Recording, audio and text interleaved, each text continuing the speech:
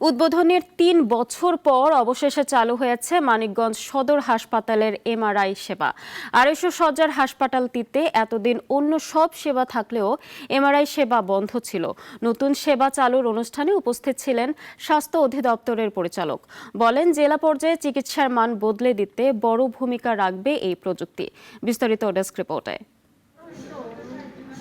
৫০ এক নারীর এমআরআই করানোর মধ্য দিয়ে উদ্বোধন করা হয়েছে মানিকগঞ্জ সদর হাসপাতালের এমআরআই মেশিনের কার্যক্রম। হাসপাতাল উদ্বোধনের ৩ বছর পর চালু হলো এই সেবা। জেলা পর্যায়ে বর্তমানে মানিকগঞ্জে প্রথম এমআরআই সেবা চালু করলো সদর হাসপাতাল, যার সরাসরি সুবিধা পাচ্ছেন রোগীরা। ফলে কমেছে প্রাইভেট হাসপাতালে অতিরিক্ত টাকা খরচের বিড়ম্বনা।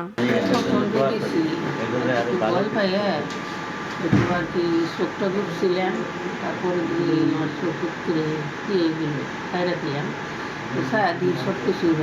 মেশিনটি উদ্বোধনের সময় উপস্থিত ছিলেন স্বাস্থ্য অধিদপ্তরের পরিচালক ডাক্তার আবুল হোসেন মোহাম্মদ মইনুল আহসান। বলেন, এই প্রযুক্তি বদলে দেবে জেলা পর্যায়ে চিকিৎসার মান। দীর্ঘদিন এমআরআই মেশিনটা সেবাবিহীন ছিল, এখানে আসলে পরিছিল, ঠিক আছে, সেবাবিহীন ছিল, রোগীরা সেবা পাচ্ছিল না। প্রশাসনিক ঘাটতির কারণে এটা চালু হচ্ছিল না। আমরা সেটা সংশোধন করেছি।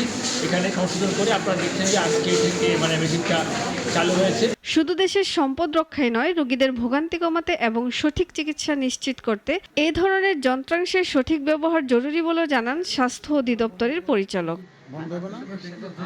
সুলতানা মরিয়ম, নাগরিক। Double million offer Walton fridge কিনে পেতে পারেন ২০ লক্ষ টাকা। রয়েছে কোটি কোটি টাকার নিশ্চিত উপহার।